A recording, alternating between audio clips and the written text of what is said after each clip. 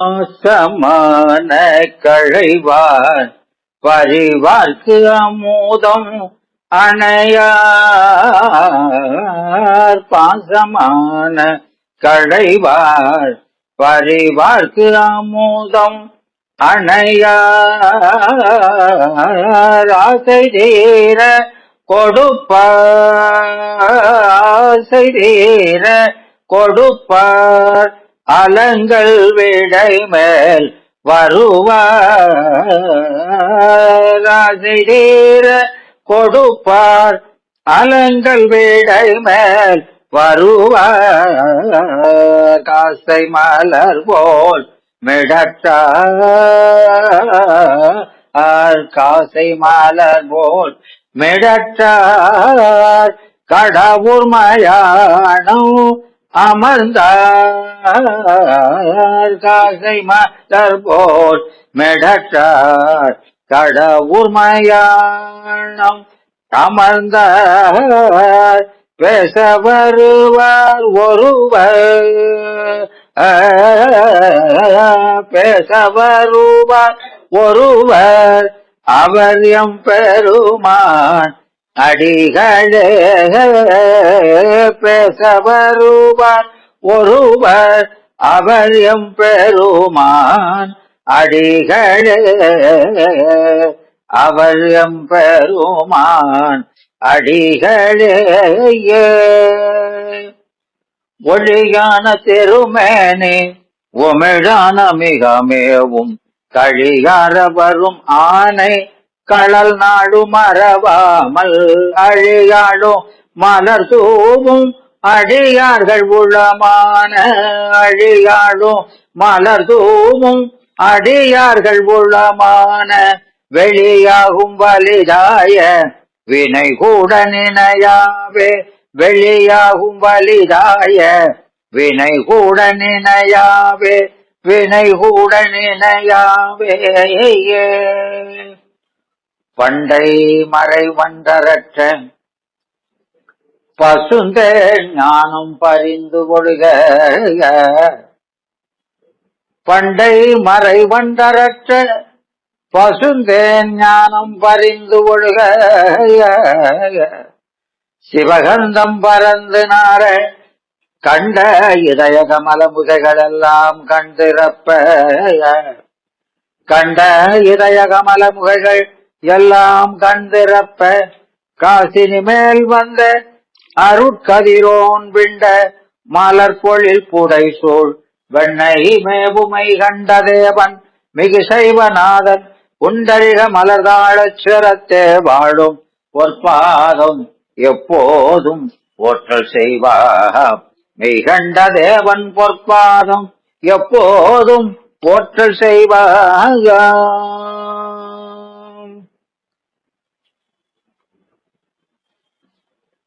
பொய்யும் கவடும் கொடுமையும் வஞ்சமும் பூண்ட பொல்லா கையன் கலதி முழு மூடனேனும் நின்கண் அருளால் உய்யும்படி என்று கூடும். என் தாயும் உண்மையாளர் அன்பு செய்யும் துறைசையுள் தேவே பஞ்சாக்கர தேசிகனே. அன்பு செய்யும் துறைசையுள் தேவே பஞ்சாக்கர தேசிகனே. சிற்றுரையும் பேருரையும் சிற்றுரையும் பேருரையும் சிவஞான போதமெனும் தெய்வனூர்க்கு கற்றுணர்ந்தோர் கழிகூற கருணையினால் செய்து வைத்தான். கற்றுணர்ந்தோர் கழிகூற கருணையினால் செய்தளித்தான். கலைகள் தேர்ந்து முற்றுணர்வு முதலியவற்றால் சிவனே என்று அறிஞர் மொழிந்து போற்ற நற்றுரசை பதிமருவும் சிவஞான யோகியனும் நாமத்தானே. திருச்சிற்றம்பலம். அடியார் பெருமக்களே, நாம கடந்த வகுப்புல இந்த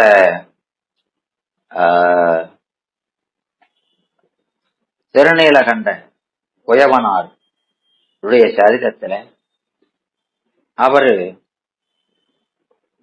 அந்த சிவபெருமான் சிவ யோகியர் கோலத்துல முன்னால எப்படி வந்தாரோ அதே கோலத்துல இவர் தான் மாறி இருக்கிறார். எவர் தான் மாறி இருக்கிறாரு?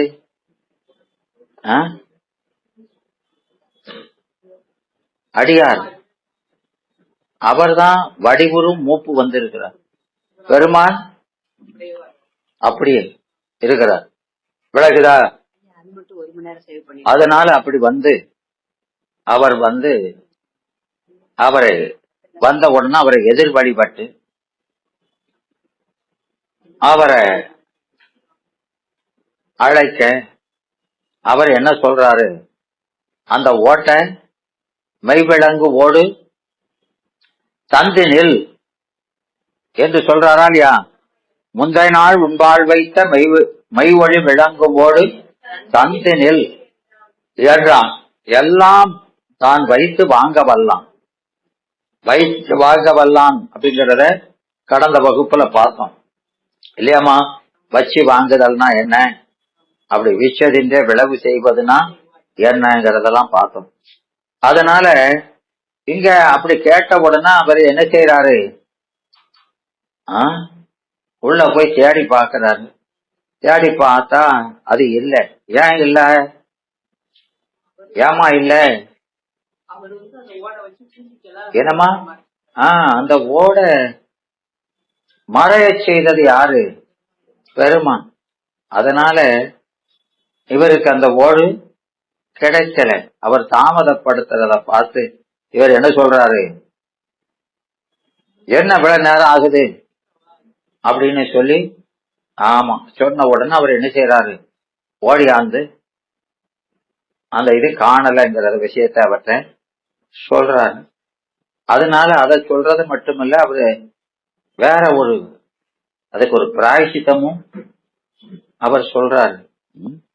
அதனால உங்களுக்கு அந்த ஓடு ரொம்ப பழசா இருந்தது இல்ல, அதனால நான் உங்களுக்கு அது காலாவதியாத ஒரு தருணமா தான் இருந்தது. அதனால உங்களுக்கு ஒரு புதிய மண்ணோடு தாரேன். அதை நீங்க வாங்கி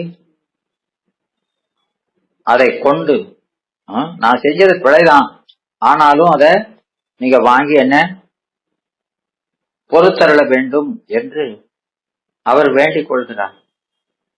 அப்படி வேண்டன உடனே அவர் என்ன சொல்றாரு? ஆமா அவர் போன்ற நான் என்ன சொன்னேங்க, புது மண்ணு ஓடம், நான் பொண்ணோடு கொடுத்தாலும் வாங்க மாட்டோம்னு சொல்லியிருக்கேன், நீ என்ன சொல்ற புதுசா மண்ணோடு தானங்க அப்படின்னு இல்லையா? அதனால அது பொன்னினும் மணியனும் அரியதுன்னு சொல்லித்தானே கொடுத்திருக்கிறாரு. அதனால மறையவன் வாய் நின்ற மலைமகள் கேழ்வன் தானும். அந்த கேழ்வன் மறைமகள் கேழ்வன் என்ன?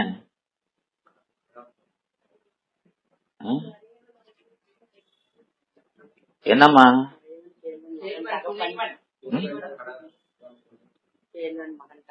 கேளு அப்படின்னா கேளுன்னா ஆறு சுத்தம் விளங்குதா? அதனால இவர மலைமகள் கேழ்வன் அப்படின்னு சொல்றாரு. அவளுடைய துணைவன், அவளுடைய துணைவன் அவனும். ஆமா. அப்போ அந்த மலைமகள் கேழ்வன் தானும் அவனும் உரையுள் புக்க நின்ற ஒரு பெரும் தொண்டர் கேட்ப. அவன் வீட்டுக்குள்ள போய் தேடிட்டு இருக்கானா இல்லையா? அவர் காதுல விழுமாறி சொல்றாரு. அந்த கேழ்வன் அப்படிங்கிறத வன்மையான சொல்லை கேட்க அப்படின்னு மாத்துறார். இந்த கேழ்வன் என்ன செய்யறானா? வன்மையான சொல் கேட்ப அவன் சொல்றான். சேர்க்கலார் அத அப்படியெல்லாம். அதனால இறையில் எங்கு எழுத பூக்காய், சீக்கிரம் வா, உன்னை எடுத்துட்டு வர சொன்னா எவ்வளவு நேரம் ஆகுது இல்லையாமா? சொல்லுவோமா இல்லையா? நாம அப்படித்தான் சொல்றாரு. தாழ்ந்தது ஏன் இவ்வளவு நேரம் என்ன வந்து அப்படி சொன்ன உடனே அவர் காதுல கேட்கிற மாதிரிலாம் சொல்றாரு. கடுமையான சொல்ல சொன்ன உடனே அவர் தடப்பட குட்டி ஓடியாந்து கரைமறை மிரட்டினானே. யாரு? கரைமறை மிரட்டினானே. அந்த நீலகண்ட அந்த கரையெல்லாம் மறைச்சிட்டு வந்திருக்கான் அப்படி. அதனால அந்த கரைமறை மிடற்றினானை கைதொழுது உரைக்கல் விட்டார். அவர் பணிவோடத்தான் சொல்றது. அதனால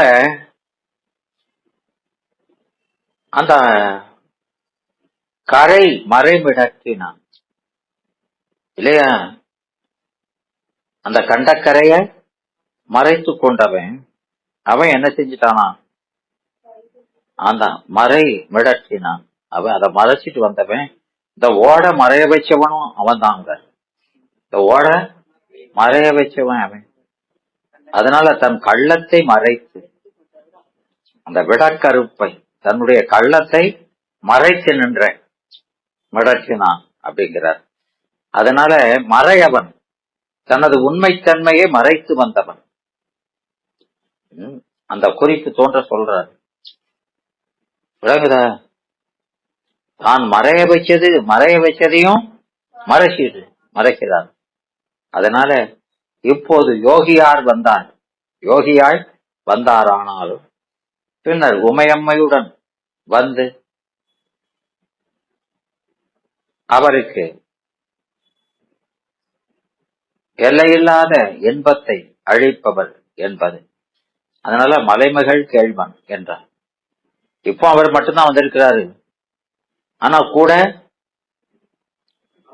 அவர்களோடு எல்லாருக்கும் சொல்றாரு. அவர் அங்கிருந்து வரும்போதே இவருக்கு முக்தி கொடுக்கணும்னு நினைச்சுதான் வருவார். அதனால அம்மை கூட தான் இருப்பா. அதனால அந்த உறையுள் வீட்டுக்குள் அந்த ஓட்டினை வைத்து அவருடைய காப்புறு எல்லையில அவர் கண் பார்வையில வச்சிருந்தார். அந்த உறையுள்ள இருந்து அவனை வெளியேற்றார். இந்த உடம்புல இருந்து நீக்க போற குறிப்பான். இந்த வீட்டுல இருந்து அவரை வெளியே வர சொல்றது இதுதான். இந்த உடம்புல இருந்து அவரை நீக்கக்கூடிய ஒரு குறிப்பு தோன்ற சொல்றார். நின்ற கேள்வன் என்ற தொண்டர் கேட்ப கூறினான். எனவே இறையில் இங்கு எய்த பூக்காய், சீக்கிரமா விரைவில் எய்த என்று மீள வருவதற்கு வருவான் போல என்றார். வருகிறேன் என்று சொல்லி வருகிறேன்னு புத்தா வந்துட்டான்னு சொல்லிட்டு போய் விழனாராவது இங்க புகுந்தவனை புக்காய் என்று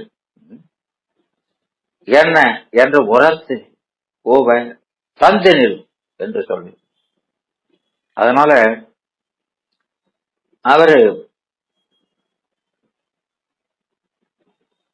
அப்படி சொல்லி அவர் அதை காணலன்னு சொன்னது உடனே செயிர்த்து நோக்கி என்ன சொல்றாரு, செயிர்த்து நோக்கி ரொம்ப கோப பார்வை பார்க்கிறாரு. பார்த்து பழிக்கு நீ ஒன்று நானாய், உனக்கு கொஞ்சம் கூட தொலைச்சிட்டோம்னு, ஆமா அந்த குற்றமனே தெரியாம கொஞ்சம் கூட நாணம் இல்லையே அப்படின்னு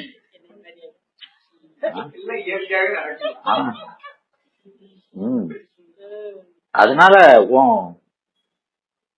ரொம்ப உன்னுடைய சிந்தை ரொம்ப வலுவாத்தான் இருக்குது, வலித்திருக்கின்ற. எதுக்கும் அஞ்சாத ஒரு கல் நெஞ்சம்தான் நீ, சாதாரண ஆள் இல்லை அப்படிங்க. விளக்குதாமா? உலகத்துல என்ன பேசுவோமோ அப்படியே பேச. அதனால அந்த கரைமறை மிடற்றினான். தாம் காதலித்து எப்பொழுதும் சொல்லி பக்தி செய்து வந்த அந்த பெருமான் அந்த நீலகண்டத்தை மறைத்துக் கொண்டு அவருடைய அன்பையெல்லாம் இவர் தெரிந்த அதனுடைய அடியவர் மேல இருந்த அன்பையெல்லாம் மறைச்சுக்கிட்டு வெறும் பேசுறாரு இப்படி வெளியில. ஆனா உள்ள பூரா என்ன இருக்குது? அவற்றை ரொம்ப அன்பு இருக்குது. அப்படி பேசுறாரு. அதனால அந்த அது கொஞ்ச நேரம் தான், சிறிது பொழுது மறைத்து நின்றார். அதனால மறைமிடருங்கிறார். அந்த மறைச்சது எவ்வளவு நேரம் மறைச்சாராம்? கொஞ்ச நேரம் தான் மறை. அவன் சொல்லிக்கிட்டே இருக்கான், அதை காட்டாம பிறகு என்ன செய்ய அப்படின்னு. விளங்குதா? அதனால அந்த கண்முன் வரு தியான பொருள் என்று ஞான சம்பந்தர் சொல்லுவார். அவர் எப்போதும் சொல்லிட்டு இருக்கிறதுனால நீலகண்டம் நீலகண்டம்ங்கிறத அவர் சொல்லிக்கிட்டே இருக்கும்போது அவருக்கு அந்த கண்டத்தை காணாம மறைப்பாரா? மறைக்க மாட்டார் அவர் அப்படின்னு சொல்றாரு. அதான் சேக்கிழார் சொல்றாருன்னா அதுல ஒரு எல்லாத்திலையும் ஒவ்வொரு சொல்லிலையும் ஒரு ரசம் வைக்கிறார் பாத்தீங்களாமா. ஆமா, கதையை சொல்றது பெருசு, இந்த சொல்லுல படிக்கிறவங்களை அப்படியே உருக்க வைக்கிறாரா இல்லையா? அதனால அந்த இளையணி முந்து நூல் மார்பன் எந்தை நீ தந்து போனேன் விளைதரும் ஓடு வைத்த வேறு இடம் தேடி காணி. வைத்த இடம் வேறு இடம். விளை தரும் ஓடு, அது என்னது வேடும்? விளை தரும் ஓடு அப்படிங்கிறார். அதனால அது இளையணி, அது இளையணி முந்து நூல் முன்னூல் போட்டிருக்கிறாரு. அந்த ஓடு எல்லா நன்மைகளையும் விளைக்கக்கூடிய ஓடு அப்படிங்கிறார். அதனால அந்த ஓட இப்போ அவர் வாங்க வந்திருக்கிறார். இந்த ஓட இப்ப வாங்க வந்திருக்கிறார். நீர் தந்து போன விளை தரும் ஓடு வைத்த இடம், வைத்த இடத்துலயும் காணல. இங்க வேற எங்கேயாவது இருக்குமாண்ணா? ஏன்? ஆமா, அத பெருமான் சங்கற்பத்தினால மறைஞ்சிருக்குது. அவர் இதை மறைஞ்சு போட்டோம்னா அதை எங்க போய் பார்க்க? அவரா காட்டினாதான். அதனால அங்கேயும் காணல, வேற இடத்துலயும் தேடி தேடி பார்த்தா அங்கேயும் காணல. பழைய மற்ற அதனின், அது பழசு, அது ரொம்ப பழசு கூட அப்படின்னு. அதனால இவரா ஒரு சாந்தி செய்கிறார். உடனே நல்ல வேலை பழைய ஓடா இருந்தது அப்படின்னு நினைச்சுக்கிட்டாரு. அவர் கொடுத்த ஓடு பழைய ஓடுதான், போக வேண்டிய ஓடுதான் அப்படின்னு இவரா நினைச்சுக்கிறார். அப்போ அவர் என்ன சொன்னா கூட அவர் மனசுக்குள்ள அதெல்லாம் ஏறல. அவர் பொன்னினும் மணியனும் உயர்ந்தது, ஒப்பில்லாதது, இது அப்படி ஆக்கிரும் இப்படி ஆக்கிரும், உள்ள வச்சதெல்லாம் எல்லா உலகத்துக்குள்ள அடங்கிரும், உள்ள வச்சதெல்லாம் தூய்மை செய்வது என்றெல்லாம் சொல்லி கொடுத்திருக்கிறார். அது பொருளை உடைமை அப்படித்தான் சொல்லுவான், அது பழைய ஓடுதான் அப்படின்னு சொல்லிக்கிட்டு, அதனால மற்ற அதனின் நல்ல பாத்திரம் தருவேன், அதை கொண்டு ஏற்றுக்கொண்டு இந்த பிழையினை பொறுக்க வேண்டும் பெருமை என்று அப்படி இறைஞ்சி நிற்கிறார். அந்த தருவன் கொண்டு அப்படின்னு சொல்றாரு பாருங்க. இத அடுத்த பாட்டுல அவர் சொல்றாரு, அவன் கொள்ளைங்கிறார், பொன்னானாலும் கொள்ளை அப்படின்னு அதை மறுத்த உடனே அவர் சொல்றாரு பாருமா சேக்கிழாரு. இவரு முதல்ல இதை விட சரின்னு சொல்லிடுவாருன்னு நினைச்சுக்கிட்டு அப்படி சொல்றாரு. தப்புதான், ஆனாலும் நாம அவருக்கு ஒரு நல்லதை கொடுத்து அதை விட நல்லதா கொடுத்து சரி செஞ்சுக்கலாம் அப்படின்னு நினைச்சாரு. ஆனா இவரு அத கொள்ளேன், நான் தான் என்ன சொன்னேன்னா அது என்ன மாதிரி ஓடுன்னு சொன்னேன், மெய்யொழி விளங்கும் ஓடு. அப்போ பொண்ணு மணிகள்ல விளங்குற ஓடு வேற, இதுல இருக்கிற ஒளிங்கிறது வேற. என்ன வேற? என்ன வேற தாய்? இதெல்லாம் சாதாரண ஒளிமா, இது ஞான ஒளி வீசக்கூடியது. இதெல்லாம் வெற்று ஒளி. எதுல? பொண்ணுல மணியில வரக்கூடியதெல்லாம் வெற்று ஒளி. ஆனா அந்த ஓட்டுல இருந்து வரக்கூடியது, அதனால மெய் ஒளிங்கிறார். அதை அப்பேற்பட்டதை கொடுத்துருக்கேன். அதுக்கு பொன்னால மணியால செஞ்சு கொடுத்தா கூட ஒப்பாகாது. நீ ஒரு மண்ணோட தாரங்க புதுவோடு அப்படின்னு மறுக்கிறார். அதனால அந்த பெருமான் கோலம் அழகு, குழற்சடை, அதோட முடி, கொண்டை குழல், பனிச்சை, இதெல்லாம் அந்த பெருமான் அந்த சடாமுடியோடு ஐம்பால்னு பெரும்பாலும் ஐம்பால்ங்கிறது பெண்ணுடைய கூந்தலை சொல்றது. பெண்ணுடைய கூந்தலுக்கு ஐம்பால்னு பேரு. இலக்கியங்கள் அப்படி வரும். இங்க பெருமானுடைய அந்த சடை, அந்த சடை என்னது? பெருமானுடைய சடை எதை குடிக்குது? வேற ஆற்றலை குடிக்குது. அப்போ அந்த சடையெல்லாம் வெறும் முடி இல்லை, அதெல்லாம் அருள். அதெல்லாம் அங்கம், பிரத்யங்கம், சாங்கம், இதெல்லாம் என்ன சொல்லியிருக்கோம்? சித்தி 67 தானே? ஆமா, எல்லாம் அருள் இல்லையா? ஆமா. அதனால இங்க அந்த குழல், ஆண் பெண் 2 பேருடைய தலைமணிக்கும் பொதுவா இருக்கும். குழல் அத பொதுவா அப்பர் சாமி எல்லாம் பாடுறாரு. எப்படி பாடுறாரு? பெருந்தாள் சடை முடி மேல் பிறை சூடி கருந்தாள் குழலியோடு தானும் கலந்து. அப்போ அம்மையினுடைய முடிய குழலுங்கிறார், இவருடையத சடைங்கிறார். என்ன வேறுபாடா? அவ முடி கூட சாஃப்டா இருக்கும், இது திக்க வன்மையா இருக்கும் சடை. அப்படி வேறுபடுத்துறார் இல்லையா? அதனால இந்த பெருமான் இங்க அந்த அவர் அந்த நவகண்டம்ங்கிறது பூமியில 9 கண்டமா பிரிச்சு அதுல இது சிறந்த இடமா சொல்வாங்க. அதனால அந்த பெருமான் எந்தை, சிறுவர் எந்தை, எந்தையே நீங்க பொறுத்தருள வேண்டும் எந்தையே அப்படின்னு சொல்லியாச்சுன்னா என்ன அர்த்தம்? அவரை தந்தையேன்னு அழைச்சாச்சுன்னா இவர் செய்யற குற்றத்தை பொறுத்தருணும்னு அர்த்தம். அப்படிலாம் சீரப்படாது. ஏன்னா இவர் என்ன சொல்லிட்டாரு? ஆமா.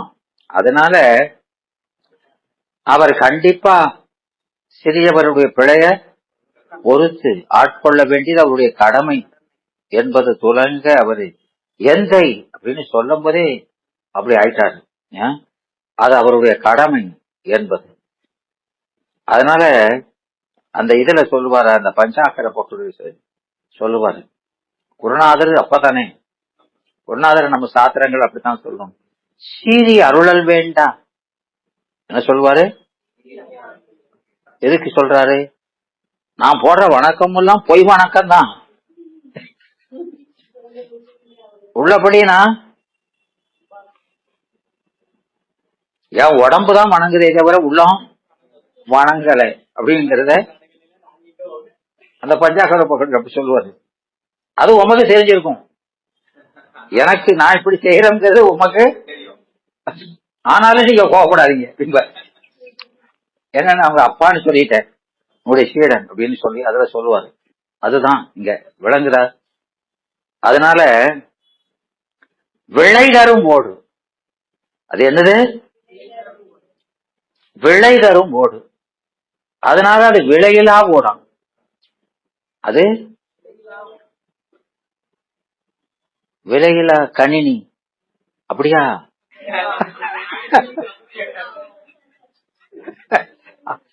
அப்படி இல்லை, இது விளங்குதா?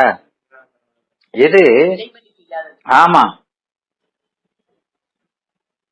அதனால அதுல எதை வேணாலும் விளைவிக்கலாம். அதுல இருந்து என்ன வேணுமோ அது அந்த அக்ஷய பாத்திரம் போல உங்களுக்கு வேண்டியதெல்லாம் கொடுக்கக்கூடியது அந்த ஓடு. விளங்குதாமா?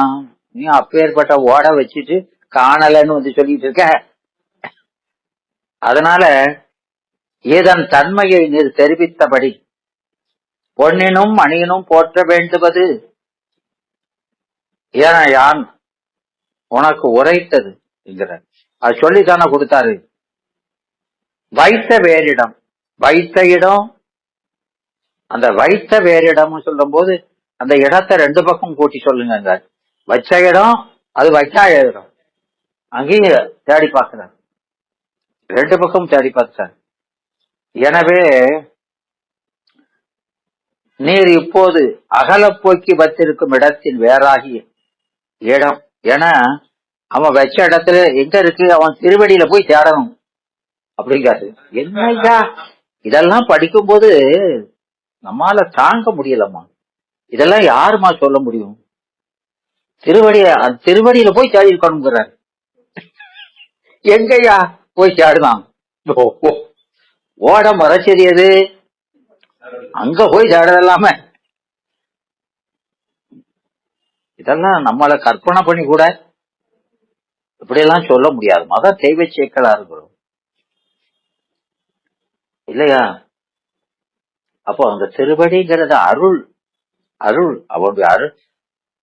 நமக்கு எதை செய்தாலும் அந்த அருள் செய்வதான மறைப்பதும் காட்டுவதும், ஒன்றொன்றை காட்டுவதும் காட்டி மறைப்பதும், கண்ணுதலோ முன்வைத்த ஏற்றின்படி என்றிரு அப்படின்னு எதுல வருது? சிவபோக சாரம் வருதா இல்லம்மா? உங்களுக்கு தான் தெரியுமே. அந்த அம்மா லேசான அம்மா இல்ல, தெரியுமில? அதனால அப்படி சொல்றாரு. வேற்றிடம்ங்கிறார். எல்லாமே திருப்படிக்குள்ள அடங்கிடும்லாமா? அங்கெல்லாம் போய் தேடணும். பெருமான் காட்டணும்னு நினைச்சா காட்டுவாரு, மறைக்கணும்னு நினைச்சா எல்லாம் திருவருள் தானமா. நாம போய் அங்க தேடி உங்க தேடினா அப்படி நினைச்சாலே என்ன தற்போதம்ங்கிறது. திருவடியில் வந்து விழுந்துடணும். விளங்குதா? அது நம்ம சாஸ்திரத்துல படிச்சிருக்கோமா இல்லையா? இல்லையா? எல்லாமே செய்கிறது செய்விப்பது எல்லாமே அந்த பெருமான் தானே. அதனால பழையமற்றதனில் பழமையானது காணாது போனதும் ஆகிய அதனினும் நல்ல பாத்திரம். அதனினும் நல்ல பாத்திரம் எங்கேயாவது இருக்குமா? அதனால புதியதும் நல்லதுமா, நீடு செல்வதுமாகிய. புதியது ரொம்ப காலம் இருக்கும், இது உடைஞ்சு போற மாதிரி இருக்கு அப்படின்னு சொல்லி அவர் சொல்ற இந்த கருத்தை நாயனாரே அவர் சொல்லியிருந்தா கூட இவரெல்லாம் விளங்க சொல்றாரு, இப்படியெல்லாம் சொல்லி கொடுக்கிறாரு. அவரு சிரிக்காம பிற என்ன செய்வாரு? ஏற்றுக்கொண்டு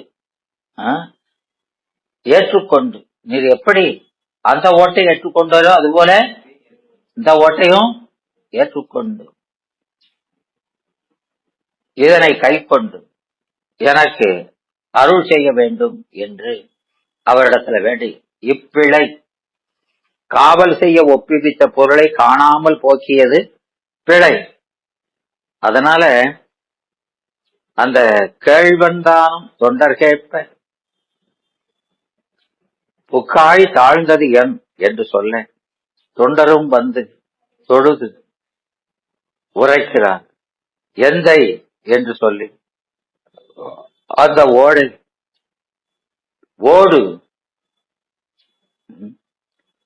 ஓடு தேடி காணேன், வைத்த இடத்திலும் காணேன், வேறு இடத்திலும் காணேன். அதனால நல்ல பாத்திரம் தருவன், ஏற்றுக்கொண்டு பிழையை பொறுத்தலும் வேண்டும் என்று கூறி இறைஞ்சி நின்றார்.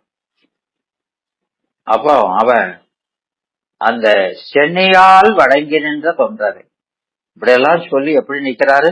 சென்னையால் வணங்கி இல்லையா? அத நாம திருவாசகத்துல பார்த்திருக்கோமா இல்லையா? கரங்குவிவார் உள்மகிழும், சிறங்குவிவார் ஓங்க வைக்கும். அப்போ கரங்குவிதலுக்கும் சிறங்குவிதலுக்கும் என்ன வேறுபாடு?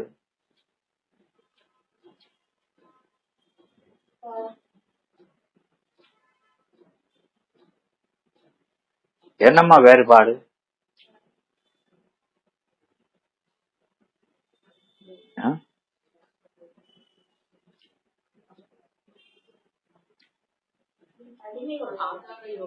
என்னப்போ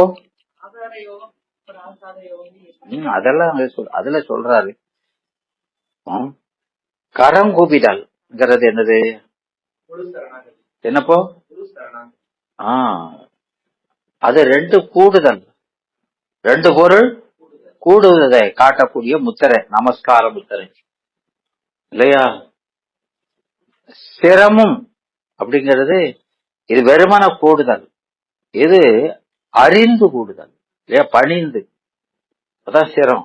உணர்ந்து வணங்குவது, விளங்குதா? அதனால அத சிரம் சேர்ந்து கூடியதே திரிதாங்க நமஸ்காரம். கரம் மட்டும் குவிச்சாத துவிதாங்க நமஸ்காரம் அப்படின்னு சொல்றோம் இல்லையா? அப்போ அந்த துவிதாங்க நமஸ்காரம் யாருக்கு செய்வது? யாருக்குமா செய்யறது? ஒத்தவருக்கு, விளங்குதா? நம்ம மாதிரி ஆள்கள்ல உயர்ந்தவர்களுக்கும் செய்யணும். ஆனா திரிதாங்க நமஸ்காரம் பெருமானுக்கு உரியது. திரிதாங்க நமஸ்காரம் பெருமானுக்கு மட்டுமே உரியது. அதனால அந்த திரிதங்கம் அப்படின்னாலே சிறங்குவிவார்னா கரத்தை சிறக்கு மேல வைக்கிறது, கரத்தை சிரத்துக்கு மேல, கரபுடாஞ்சலி. அதுக்கு என்ன பேரு? கரபுடாஞ்சலி. நீங்கெல்லாம் தூக்கப்படாது. அதால ரொம்ப வேகத்துல தூக்கி காமிக்க போக. அதனால அவர் செயிர்த்து நோக்கி எப்படி பாக்குறாரு? செயிர்த்து நோக்கி, கோபித்தவர் போல. அதுதான் அங்க சொல்லுவாரு. அந்த வேற்பக நாயனார் அதுல அந்த பெருமான் வாராரு. எப்படி வாராரு? எப்படி தாய் வாராரு சொல்லுங்க? தூர்த்த வேடத்தல எப்படி வாராரு? ஆமா, ஒரு தூர்த்த வேடத்துல பெருமான் வாராரு இல்லையா? அது பொருந்தா வேடம் தான். அதுதான் ஞாபகம் இருக்கு. அது மட்டும் விளங்குதா? அந்த வேஷம் போட்டு வந்தா கூட அந்த வேடம் அவருக்கு என்ன செய்யல, சுத்தமா சூட் ஆக மாட்டேங்குது. விளங்குதா? ஏன்னா அவருடைய உண்மையை எப்படி மறைக்க முடியும்? எப்படிமா அவரை மறைக்க முடியும்? பிள்ளைகளை பார்த்து கோவப்படுவாரா? அவரு கோவப்படுவாராமா? கோவப்படுற மாதிரி நடிக்கத்தான் செய்யறாரு. நடிச்சா கூட அவர் நடிப்பு முழுசையா செல்லுபடி ஆக மாட்டேங்குது. அதனால அந்த வேடம் கூட பொருந்தாம தான் இருக்குதுங்கிற. அதனால இங்க கோபிப்பவர் போல பார்த்துல, கோபித்து பார்த்துல, போல பார்த்து. அதனால இவரது அந்த செயற்ற நோக்கம் மன்மதனை வெறித்தது. மன்மதனை எப்படி பார்த்தாரு? ஆமா, அதை எரித்தார். அவ்வாறன்றி கோபிப்பார் போல நோக்கி, அவரு கோபப்பட்டு பார்த்தா எல்லாம் எரிஞ்சலா போயிரும். இல்லையா? ஆம். அதனால உண்மையில் இது அந்த திரோதானத்தில் அருட்பார்வை இல்லையா? அவ எப்போதும் ஏழைக்கு இறங்கும் பெருமான். ஏழைக்கு யாரு ரொம்ப கீழ்ப்பட்டவங்களா இருக்காங்களோ அவங்க கிட்டதான் ரொம்ப கருணை. ம். நெற்றியில் கண்கண்ட கண் கொண்டு மற்றினி காண்பது என்ன? நெற்றியில கண்ட கண்ணை பார்த்ததுக்கு அப்புறம் அந்த கண்ணை கொண்டு வேற எதையும் பார்க்க மாட்டேன் அப்படின்னு சொல்றாரு. அது கோயில் திருப்பதிகத்து அதெல்லாம் திருவிருத்தம், கோயில் திருவிருத்தத்துல சொல்றாரு அப்பர் சுவாமிகள். அதனால அந்த நெற்றி கண்ணை தான் நாம என்ன சொல்றோம்? ஆமா, எரிக்கிற கண்ணுங்கிறோம். என் இது மொழிந்தவாறு நீ நீ என்ன சொல்ற என்று அங்க சொல்றாரு. என்ன காணல வேலைதாரங்க, என்ன சொல்ற நீ, என்ன சொல்றன்னு கூட தெரியாம சொல்றிய அப்படின்னு சொல்றாரு. விளங்குதா? அப்போ மண்ணோடன்றி மண்ணோட நன்றி, இந்த மண்ணோட தாரம் சொல்லிட்டு இருக்கேன் நான். அதுல பொண்ணும் மணி வைரத்தால ஒரு ஓடு செஞ்சு கொடுத்தா கூட ஒப்பாபாதுன்னு சொல்லிட்டு இருக்கேன். நான் மண்ணுல தாரையா? புது ஓடு மண்ணுல நல்ல ஓடா? நான் வைரத்துல கொடுத்தா கூட வேண்டாம்னு சொல்லிட்டு இருக்கேன், நீ மண்ணு ஓடுதாருங்க. அப்படி நீ என்ன சொல்றன்னு தெரிஞ்சுதான் சொல்றியா அப்படின்னு பெருமான் கேட்கிறார். நான் என்ன சொல்றேன், நீ என்ன சொல்ற அப்படின்னு. அப்படி சொல்லி பொன்னினால் கொடுத்தா கூட கொள்ளேன் என்று சொல்றவர் யாரு? ஓடும் செம்பொன்னும் ஒக்கவே நோக்குவான். ஓடும் செம்பொன்னும் ஒக்கவே நோக்குகிறவர் அப்படி சொல்றாரு. அவரு எதுல கொடுத்தான், எந்த பூவை போட்டான், என்னது அதெல்லாம் அவர் பார்க்கவே, அவன் உள்ளத்தை தான் பார்க்கிறவர். இப்போ எப்படி பார்க்கிறாரு? எல்லாமே வித்தியாசமா பார்க்கிறாரு அப்படின்னு சொல்லி, அதனால அந்த உலகம் பொருக்கு ஓட்டை அவன் கையில வச்சிருக்க அந்த ஓட விட கேடு கட்ட ஓடுதான் அவன் கையில கொண்டு வர்றது. உடஞ்ச மண்டை ஓடலாம் தூக்கிட்டு வரான். விளங்குதா? அப்போ அதையும் இழைந்ததா கூட கையில வச்சிருக்கிறவரு இப்போ இத இகழ்ந்து பேசுறாரு.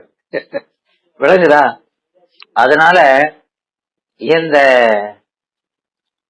அந்த வேண்டுதல் வேண்டாமையிலான், வேண்டுதல் வேண்டாமையிலான் அங்க இத வேண்டி நிற்பது போல காட்டணும். நான் கொடுத்ததே குடு என்று. அப்போ அந்த சிவலோக நிலை அந்த இருக்கிறது சிவயோக நிலை இல்லையா? அந்த சிவயோகியா இருக்கிற வந்திருக்க வேஷமும் சிவயோகி வேஷத்துல வந்திருக்கிறார். அந்த மாதிரி சூத்த வேஷத்துல வந்தா கூட அவர் கேட்கறது அது கேட்கலாம். இவர் வந்திருக்கிறதோ சிவயோகியா. அப்போ சிவயோகிக்கு இதெல்லாம் இயல்பே இல்லையே அப்படிங்கிற மாதிரி அவரு சொல்றாரு, அப்படி கேட்கிறாரு. எனவே போற்றும்படி அவர் சொல்லி போற்றும்படி அதான் இந்த மண்ணு ஓட கொடுக்கும் போது அப்படி சொல்லி கொடுத்தாரு இல்லையா? அப்படித்தானே சொல்லி கொடுத்தாரு. மண்ணிலும் பொன்னிலும் மணியிலும் போற்ற வேண்டுவது. அதனால அந்த முன்னோன் இதெல்லாம் சொன்னவன் யாரு? முன்னோன், எல்லாருக்கும் முன்னவன், முதல்வன். வைத்த மண்ணோடு நான் வைத்த ஓடே என்று சொல்றார். மண்ணோடு நான் வைத்த ஓடுதான் வேணும் என்று 2 தடவை சொல்றாரு. அது கோபத்துல, கோபமொழி. அதனால இங்க அந்த முன்னோன் சொன்னவன் யாரு? அந்த முன்னோன் சொல்றான். முன்னோன் காண்க முழுதோன் காண்க தன்னேர் எல்லோன். அவன் ஒருத்தன் தான், ஒப்பில்லாதவன். தன்னோர் இல்லாதவன் தனக்கு நேர் இல்லாதவன் யாரு? யாருல நேர் இல்லாதவன், ஒப்பு இல்லாதவன் யாரு? தன்னேர் இல்லாம.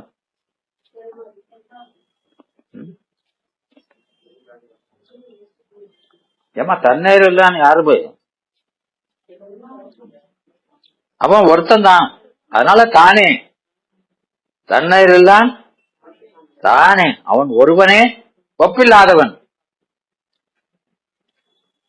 விளங்குதா? வேற யாரும் ஒப்பில்லாததுன்னு சொல்ல முடியாது. அதனால அவன் ஒருத்தன் தான் ஒப்பில்லாதவன். என்ன அர்த்தம்? ஒப்பே இல்லாதவனா மேலேவா, உனக்கு மேல ஒருத்தன் கிடையவே கிடையாது என்பது. அதனால அந்த தன்னேரில்லான் தானே அவன் ஒருவனை என்பது மணிவாசகர் மணிமொழி இல்லையா? அதனால இந்த ஆதித்தன்மை முழுமையாக தம்மை, அந்த ஒப்பற்ற தன்மை, எல்லாத்திலும் எல்லா பொருளுக்கும் உள்ளும் வெளியும் நிறைந்திருக்கிற தன்மை, அந்த ஔபட்சிலேடிய தன்மை அவனை தவிர வேற எந்த பொருளுக்கும் இல்லை. அதனால முன்னோன் எல்லாவற்றிற்கும் முற்பட்டவன். அதனால அவன் ஆதி மூலம். என்ன சொல்றோம்? ஆதி மூலம். முழுதோன், முழுதோன், முழுமையானவன். என்ன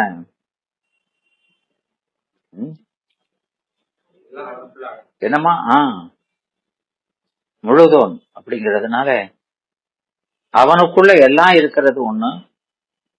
அவன்தான் முழுமையான அறிவு பெற்றவன். முழுதுங்கிறது என்னது? அறிவு, நிறைந்த அறிவு உடையப்பட்டவன். அதனால முனைவன் என்பது வினைகளின் வினையில் நீங்கி விளங்கிய இறைவன். அறிவு விளங்கிய அறிவின் முனைவன். வினையின் நீங்கி விளங்கிய அறிவின் முனைவன் கண்டது முதல் நூல் என்று தொல்காப்பியர் சொல்லும் இல்லையா? அப்படின்னா என்ன? என்னப்பா அது வேண்டாம் கிடோ. அதாவது நாமெல்லாம் வினை வழி ஒருத்தனுக்கு அறிவு கூட குறைய விளங்கிட்டு இருக்கு. நல்வினை செஞ்சவனுக்கு கூட விளங்கி இல்லையாமா? பெரிய சயின்டிஸ்ட் இருக்காருன்னு வைங்களேன், அவருக்கும் வினை வழிதான் அந்த அறிவு விளங்கிட்டு இருக்கு. அப்போ அவருக்கும் எப்படி இருக்கும்? ஒரு நேரத்துக்கு போல ஒரு நேரத்துக்கு அறிவு இருக்காதானே? ஏன்னா என்ன ஒண்ணு போலையா செஞ்சிருக்கோம். அவருக்கும் கூட குறையதான் இருந்துகிட்டே இருக்கும் இல்லையா? அதனால அந்த அறிவு பூரா பாச ஞானம். விளைவடி வருகிறது பூரா என்ன ஞானம்? பாச ஞானம். சிவஞானத்துக்கு அதெல்லாம் ஒப்பாகாது. அதனால இங்க வினையின் நீங்கி விளங்கிய அறிவின் முனைவன் அவன் தான் அனாதியே. அப்ப நாமெல்லாம் ஆதிமுத்தர் என்றும் அவன் அனாதிமுத்தர் என்றும். அனாதியே நிறைந்த அறிவோடு இருக்கிறவன் அவன் ஒருவன் தான். அதனால இங்க சொல்றாரு, அந்த வினைகளின் நல்வினை தீவினை பிடியிலிருந்து நீங்கி சிறந்த ஞானம் விளங்கி, அதை சிவஞானம் விளங்கி பெற்றவர் என்பது. அதனால அது கடவுள் ஒருவரையே குறிக்கும், வேற யாரையும் அது குறிக்காது. அதனால அந்த பிறந்த புத்தன், அருகன் போன்றவர்களை எல்லாம் இது குறிக்காதுங்கிறார். அறிவின் முனைவன் கண்டது அவன் தான் முதல்வன். அப்போ அறிவுடையோர் உலகியல் வினைகளில் சிக்காத தெளிந்த அறிவு உடையவன். கடவுள் முனைவன்னா கடவுள் தலைவன்.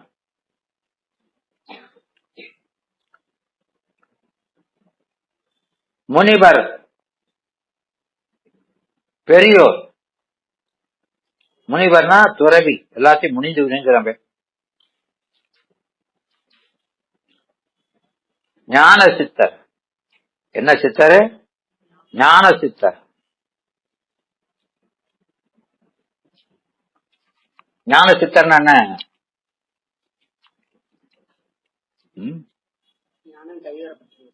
பெரிய புராணத்துல வருதா இல்லையா? பெரிய புராணத்துல இப்ப என்ன படிக்கும்? பெரிய புராணமா இது திருவிளையாடற் புராணத்துல. திருவிளையாடற் புராணத்துல பெருமான் சித்தரா வருவாரா இல்லையா? அதுக்கெல்லாம் போயாச்சா? எங்கதான் போயிட்டு இருக்கோம்.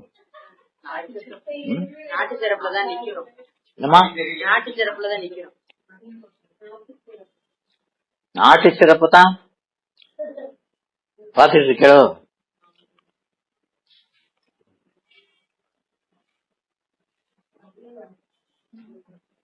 அப்போ அவரு அந்த ஊருக்கு போயிருவாரு.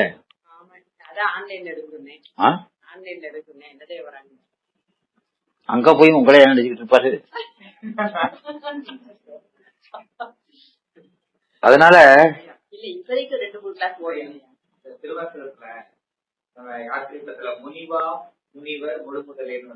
ஆமா ஆமா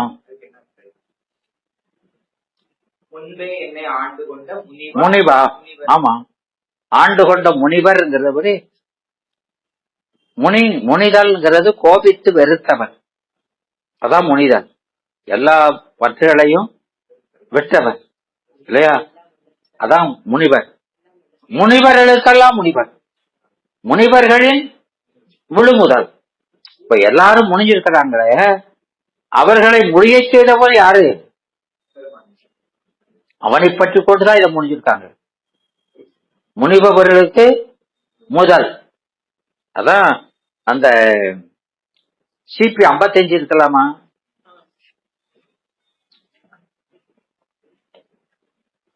என்னது? அறிவினால் அறிந்த யாவும் அசத்தாதல் அறிவு, அறிவினால் அறிவனாதல் ஆமதொன்று எண்மை தொன்மை அறிவுதான் ஒன்றை முன்றி அது அதுவாக காணும் அறிவு காணும் அசத்து மற்றது அறிவினுக்கு அறிவனாதே அப்படின்னு சொல்றாரா? அப்ப அந்த ஆன்மா எல்லாருமே முந்தி தான் காண்றோம் இல்லையா? அதனால ஒன்றை காணும் முந்தி காணும் அது அதுவாக காண அந்த எல்லாம் அசத்து. நாம பார்க்க இதை எப்படி பார்க்கறது எல்லாம் அசத்து. அதைத்தான் முனிகிறோம். இதைத்தான் சத்துடன் நின்று 57 சொல்லுவார். 57 56 அசத்தை அறிந்ததை சொல்லி சத்து இது என்று அசத்து தான் அறியாது அசத்தை சத்தறிந்தல்ல வேண்டாம் அசத்து இது சத்து இது என்று ஓர் சத்து. அது ஆன்மா. அதான் முனிவர்கள். அவங்க சத்துடன் என்று அசத்தை நீங்குவார்கள். முனிவர்கள்லாம் எப்படி நீங்கிருக்காங்க? அந்த முனிந்தவனை பற்றி நின்று கொண்டு பற்றுக பற்றட்டான் பற்றினை. அதேதான் அந்த பற்று விடறதுக்கு யார பற்றுனா விட முடியும்? பற்றெல்லாம் அறிந்து விடணுமா இல்லையா? அப்ப அதை விட ஒண்ணு கூடன ஒண்ணு அறிந்துகிட்டு தான் இதை விட முடியும். அதனால அவனை பற்றி கொண்டுதான் இவனை விடணும் அப்படிங்கிறது விளங்குதா? முதல்ல சொல்றது முனிவாங்கிறது அவர் பெருமான். இந்த முனிந்தவர் அவர்களெல்லாம் உன்னை பற்றி தான் அதை விட்டுருக்காங்க அப்படிங்கிறது. அதனால இங்க அந்த முனிவர் அந்த ஞான சித்தர், துறவி ஞான சித்தர். அதனால முனைவன் அப்படிங்கிறது முதல் நூல் ஆசிரியர். முனைவன்னா யாரு? முதல் நூல் ஆசிரியர்.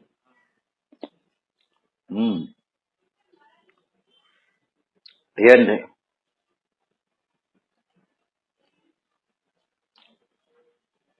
அதனால தொல்காப்பியர் காலத்துல இந்த சொல் வினையின் நீங்க சிறந்த ஞானியை குறிக்க பயன்படுத்தப்பட்டது. என்னைக்கு படிக்கிறவங்க முனைவர் பட்டம். என்னமா சிறந்த ஞானிங்கிறவங்க வந்து ஆதிமுத்தனா? என்னது? வினையில் நீங்கி விளங்கிய அறிவின் முனைவன் சொன்னோம். ஆமா, அறிவில எல்லாத்துக்கும் அவன் விளங்கின் வினைக்கு வழி விளங்கக்கூடிய அறிவெல்லாம் பாச ஞானம். அதனால அது வினை கடந்த அருள் ஞானம். விளங்கிய அறிவன், அறிவின் முனைவன். அறிவில முனைவன் முன்னவன், அறிவில மூத்தவன். அவன் கண்டது முதல் நூல். அவனால கண்டதுன்னா அவனால செய்யப்பட்டது, அதுதான் முதல் நூல். அதனால முதல் நூல்னா அறிவின் முதன்மையால செய்யப்பட்டிருக்கணும் அப்படின்னு அர்த்தம். ஏன் அறிவிலே குறை உள்ளவன் செஞ்சதெல்லாம் முதல் நூல்னு சொல்லக்கூடாது அப்படிங்கிறது. அதனால இன்னைக்கு முனைவர் பட்டம் பெற்றவங்க நிறைய இருக்கிறாங்க. யாராவது இருக்கீங்களா முனைவர்? இருக்கீங்களாமா? முனைவர் பட்டம் பெற்றவங்க இல்லையா? அப்போ முனைவர்னா யாரு? இப்ப இந்தியாலன்னா ஐஏஎஸ் ரொம்ப விச்சமானதா சொல்றோம். அதுல ஒரு குறிப்பிட்ட பாடங்களை படித்து பெரும் பட்டம் இல்ல ஐஏஎஸ்ங்கிறது. இது பலவற்றையும் படிக்கணும். அதற்காக தரப்பட்ட ஒரு அடைமொழி இந்த ஐஏஎஸ்ங்கிறது. அதை காட்டிலும் முனைவர் பட்டம் பெற்றவர்களாக இருப்பவர்கள் உயர்ந்தவர்களாக சொல்லப்படுறாங்க. இது கருப்பொருள் ஒன்றில் தோய்ந்து அதன் வழியிலே சென்று அதனை நிலைநிறுத்தும் பொருட்டு அதன் உண்மை கண்டு அறிந்து சொல்வது. ஏதாவது ஒரு பொருள் எடுத்துக்கிட்டு அத நுட்பமா பார்த்து சொல்றதுதான் முனைவர் இல்லையா? அந்த கருத்து பிறரால் முன்னரே சொல்லப்படாது இருக்க வேண்டும். அவங்க செஞ்ச அந்த இதுல யாராவது இதுக்கு முன்னால செஞ்சிருக்க கூடாது. அவ்வாறு செய்வோர் எந்த துறையினர் இருந்தாலும் அவர்களுக்கு அந்த பிஹெச்டி பட்டம் கொடுக்கறாங்க. டாக்டர் ஆஃப் பிலாசபி அப்படின்னு அர்த்தம். டாக்டர் ஆஃப் பிலாசபி என்பதன் சுருக்கம் தான் டாக்டரேட். அது சொல்லப்படுது பிஹெச்டிங்கிறது. பிஹெச்டி டாக்டரேட் என்பதெல்லாம் அது ஆங்கிலத்தில் உடைய தாக்கம் தான். அந்த பட்டம் பெற்றவர்கள் தன் பெயருக்கு முன்னால ஒட்டாக டாக்டர் என்று குறிப்பிட்டு சொல்றாங்க. இது மருத்துவரை சுருக்கி சொல்வதனுடைய வெளிப்பாடுதான் இல்லையா? தமிழ் துறையில தோய்ந்தவர்களையும் அவ்வாறு கூறுவது பொருத்தமா என்று சிந்தித்தால் அக்காலம் தனித்தமிழ் இயக்கம் தழைத்து ஓங்கியிருந்த காலம்.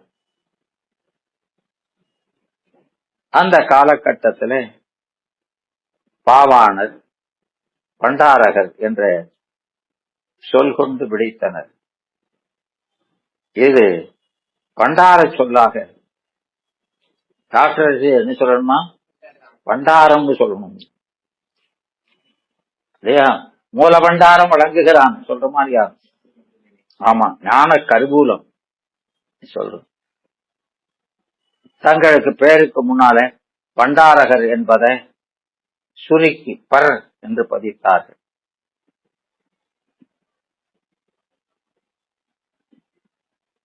அது திருவாசகத்துல பண்டாய நான்மறை, பண்டாய நான்மறை.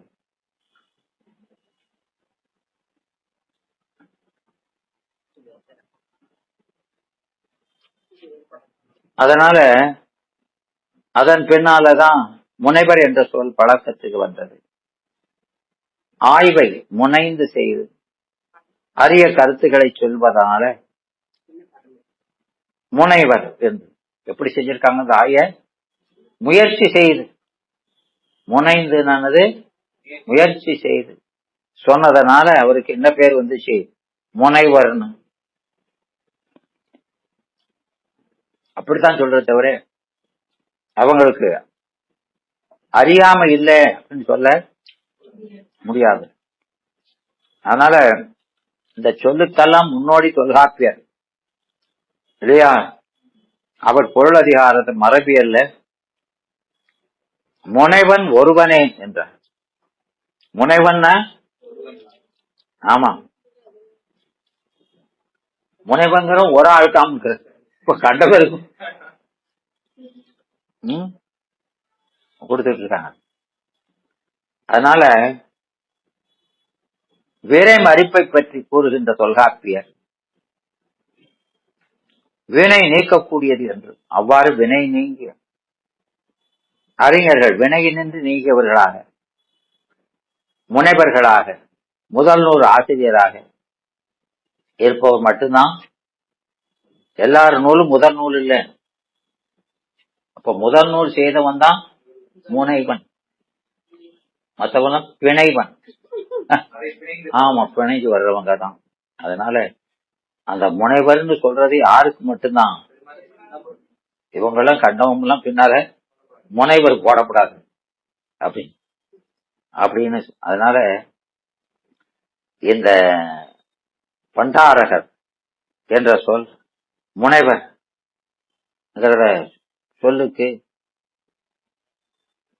ஒப்பாக இருக்கிறதுன்னு இப்ப சொல்றாங்க ஆராய்ச்சியாளர்கள்.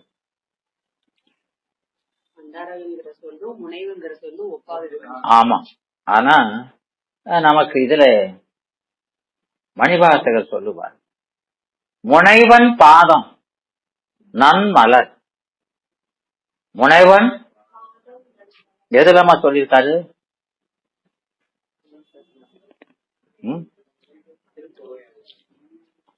வாசம் அத்துப்படிய, திருவாசம் அத்துப்படி தானே? அத்துப்படி தானம்மா? சொல்லு. போ சதகத்துல வருதுதான். எங்க வருது? வினை என்போல் உடையார் பிறர் யார்?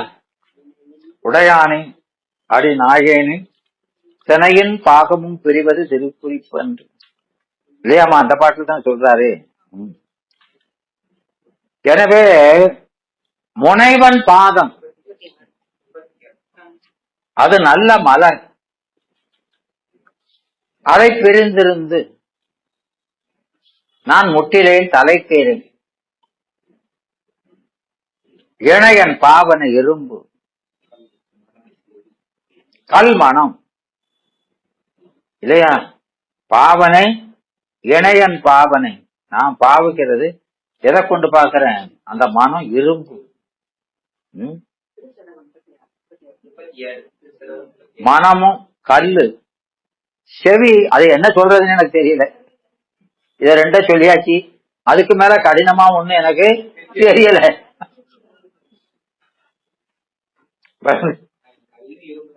என்னதென்று அறியேனே, செவி என்னதென்று அறியேனே என்று மணிவாசக பெருமான் சொல்றாரு. அங்க பெருமான் முனைவன் பாதம், அவனுடைய பாதம் தான் முனைவன், அதுன்னு சொல்ற இல்லையாமா? அப்போ அந்த வினையை பற்றி சொல்லும் போது அங்கேயும் சொல்றாரா இல்லையா? ஆமா, வினை என்போல் உடையார் பிறர் யார். அந்த பாட்டு சதகத்துல வர்றது. அப்போ மணிவாசகர் சொல்றாரு, நான்லாம் வினை வெளிப்பட்டவன் அப்படிங்கிறார். விளங்குதா? அவர் இவரை விட்டுட்டு போயிட்டாரா இல்லையா? அதுக்காக சொல்றாரு, என் வினை தீவினை. அந்த முனைவன் என்னை முனைந்து சென்றுட்டான். அந்த முனைவன் என்னை முனைந்து சென்றான். ஓ, நீ ஒன்னும் லாய்க்கு இல்லை, இன்னும் வினை செஞ்சுட்டு இருக்க அப்படின்னு. அதனால வினை என்போல் உடையார் பிறர் யார் அப்படின்னு வினை செஞ்சிட்டேன். ஆனாலும் நம்ம மாதிரி வினை செஞ்சதுதான் நிறைய பேர் இருந்தா கொஞ்சம் சாந்தி அடைஞ்சிருக்கும். என்கிட்ட இருந்த கூட்டம் இருந்ததே, அந்த கூட்டத்துல ஒரு பேருக்கும் அப்படி இல்லை. அதனால அவன் பூரா கூட போயிட்டான், நான் ஒருத்தன் தான் கடைசாரியா இருந்திருக்கேன் அப்படின்னு. ஒரு முட்டை வாங்கினா கூட பக்கத்துல இருக்கிறவங்க முட்டை வாங்கியிருந்தா ஒரு மன திருப்தி இருக்கும். ஏன் அவனும் முட்டை நம்ம முட்டை பரவாயில்ல அப்படின்னு. ஒரு பேரும் முட்டை வாங்குற எல்லாம் போயிட்டான். இவர் ஒருத்தர் தான் கழிவடையா இருக்காரு. அப்படி சொல்றாரு. என்போல் உடையார் பிறர் யார்? உடையானே அடிநாயேனே. அவ்வளவு கேடு கட்டவனாய் இருந்தும் என்ன திணையின் பாகம். இந்த பேர் சவாசம் ஆகாது, மோத்திலே முடிக்க கூடாதுன்னு அப்படி போக மாட்டேங்கிறேன். போகணும் நினைக்கவே மாட்டேங்கிறீங்க. திணையின் பாகம் இருக்கிறதுலே ரொம்ப சிறிய ஒரு தானியம் தான் திணை. அதுல ஒரு பிராக்ஷன், அதுவும் முழுசு இல்ல, அதுல பாகம் பாரு. அப்போ சிறிதும் நினைப்பதில்லைங்கிறத அப்படி சொல்றாரு. இவனை விட்டு நீங்கணும்னு நீங்க முடியாதுங்கிறது வேற இல்லையா? இப்ப நீங்கிறதுங்கிறது அறிவினால நீங்க இருக்கிறது தானே. அதனால என்ன மறக்க கூட மாட்டாங்க. அதான் என்னைத்தான் விழாம நினைச்சு தொலைக்கான். நான் இவ்வளவு கேடு கட்டவன் நான் இருந்தும் பெருமான் என்னைத்தான் நினைக்கிறாரு, என் நல்லதான் பார்க்கிறாரு அப்படின்னு. அதனால அவருடைய திருவடி என்ன பிரிஞ்சு போச்சு. அது எவ்வளவு லாசு, எவ்வளவு பெரிய லாசுமா. சித்திரா 10 பாட்டு என்னது சொல்றாரா இல்லையா? அதனால அது போயிடுதுன்னு சொல்லி உள்ளத்துல இருந்தோ மறைஞ்சிட்டான் இல்லையா? அவனை மறந்த தலையை உடைச்சிடணும். இந்த தலை வேண்டாம், அவனை மறந்த தலை எனக்கு வேண்டான்னு தாம்னு கல்ல முட்டி உடைச்சிடணும்னு பார்த்தேன். முட்டலை. ஏன்னா நான் மறந்தாலும் பெருமான் உள்ள இருப்பாரு. முட்டுனா அவனுக்கு சேதாயிரம், அவனுக்கு சேதாரம் ஆயுமேன்னு சொல்லி முட்டலை. சரி, அப்போ அவனுக்கு சேதாரம் லேசா கீறி பார்க்கலாம்ல, அதையும் செய்யலே நீ முட்டிலே. அதுக்கு ஒரு சமாதானம் சொல்றேன். அப்போ கீரணியா தலையை கீறு. ஏன்னா கல் நெஞ்சு அவ்வளவு லாஸ் ஆனா கூட அது நான் இன்னும் உணரல. ஏன்னா மற்ற பொருள் மேல பற்று இருக்கிறதுனால அது அதனுடைய உயர்வு எனக்கு இன்னும் தெரியல. அதனால நான் இணையன் பாவனை, இணையன் என்றான் இப்பேற்பட்ட தன்மை உடையவன். என்ன மாதிரி கேடு கட்டவன் உலகத்துல ஒருத்தரும் கிடையாது இல்லையா? யாவருக்கும் கீழான் நாயன்னு சொன்னாரா இல்லையா? அதனால இணையன்கிறார். இந்த மாதிரி தன்மை உடையவன். நான் பார்க்கிற பாவனை எறும்பு, அந்த சிவகம் பாவனை பெருமான பாவிக்கிறது, அடியார்னு பாவிக்கிறதெல்லாம் எறும்பு இல்லையா? அறிவினால பாவிக்கிறது, அந்த அறிவு இரும்பா இருக்குது. கொஞ்சம் கூட பெருமாண்டத்துல அன்பு கசிவு இல்லை. என்னுடைய மனது கல்லா இருக்குது. எப்படி இருக்குது? ஆமா, கல் போல. கல்லை பிசைஞ்ச கனியாட்சி அவர் தானே சொல்றாரு. அப்போ அவருடைய மனம் கல் போல இருந்தத பிசைஞ்சு இருக்காரு, அவரு விடல பின்னால சொல்றாரு இல்லையா? மனம் கல்லு, என்னது நெஞ்சம் கல்லாம், கண்ணினையும் அறமாம் தீ வினையினே இருக்கேன் சொல்றாரா? வெள்ளந்தாள் விசடையாய் விடையாய் வெண்ணோர் பெருமானி எனக்கேட்டு வெட்ட நெஞ்சாய் நீ சொல்ற அந்த பாட்டுல சொல்றாரா இல்லையா? ஆமா. அதனால இந்த மனம், அறிவு, மனம், செவி, செவி. அப்போ மனம், செவி, செவிங்கிறது வாக்கு கேட்கறது, மனம், வாக்கு, காயம். மூணு எப்படி இருக்குதுன்னா இப்படி இருக்குங்கிறாரு. கல்லு மாதிரி இருக்கு, அது எறும்பு மாதிரி இருக்குது. செவி என்னன்னு என்னத கேட்டாலும் கசிவே மாட்டுக்குது. என்ன சொன்னாலும் வீதிவாய் கேட்டாலும் விம்மி விம்மி மெய் மறந்து வாசல்ல வந்து கத்துனாலும் ஏதேனும் ஆகாது. அது பாட்டுக்கு இருக்கு ஒண்ணா. அதனால இந்த செவி மரம்னு சொன்னாரு அங்க, இங்க அது என்னன்னே சொல்ல முடியாது இங்க அப்படி இருக்கு. அதனால இங்க இந்த பாட்டுல அவரு இந்த பெருமான் அந்த முனைவன் அப்படின்னு சொன்னது அதுக்கு விளக்கம் கொடுக்கிறாரு இல்லையா? முன்னவன் எங்கள் வீரான், என்னமா முன்னவன் எங்கள் வீரான், முதல் காண்பரிதாய வீரான். ஏன் முன்னவன் சொன்னோம்? அவனுக்கு மேல ஒரு முதலை பார்க்க முடியாது, அதனால அவன் என்ன சொன்னோம்? அப்படி யாருமா சொன்னது அந்த பாட்டு? ஏ தாய், அது யாரு பாட்டு? எங்க பெருமான் பாட்டு தான் கேடும். சுந்தரமூர்த்தி சாமி. அதனால அப்படி அந்த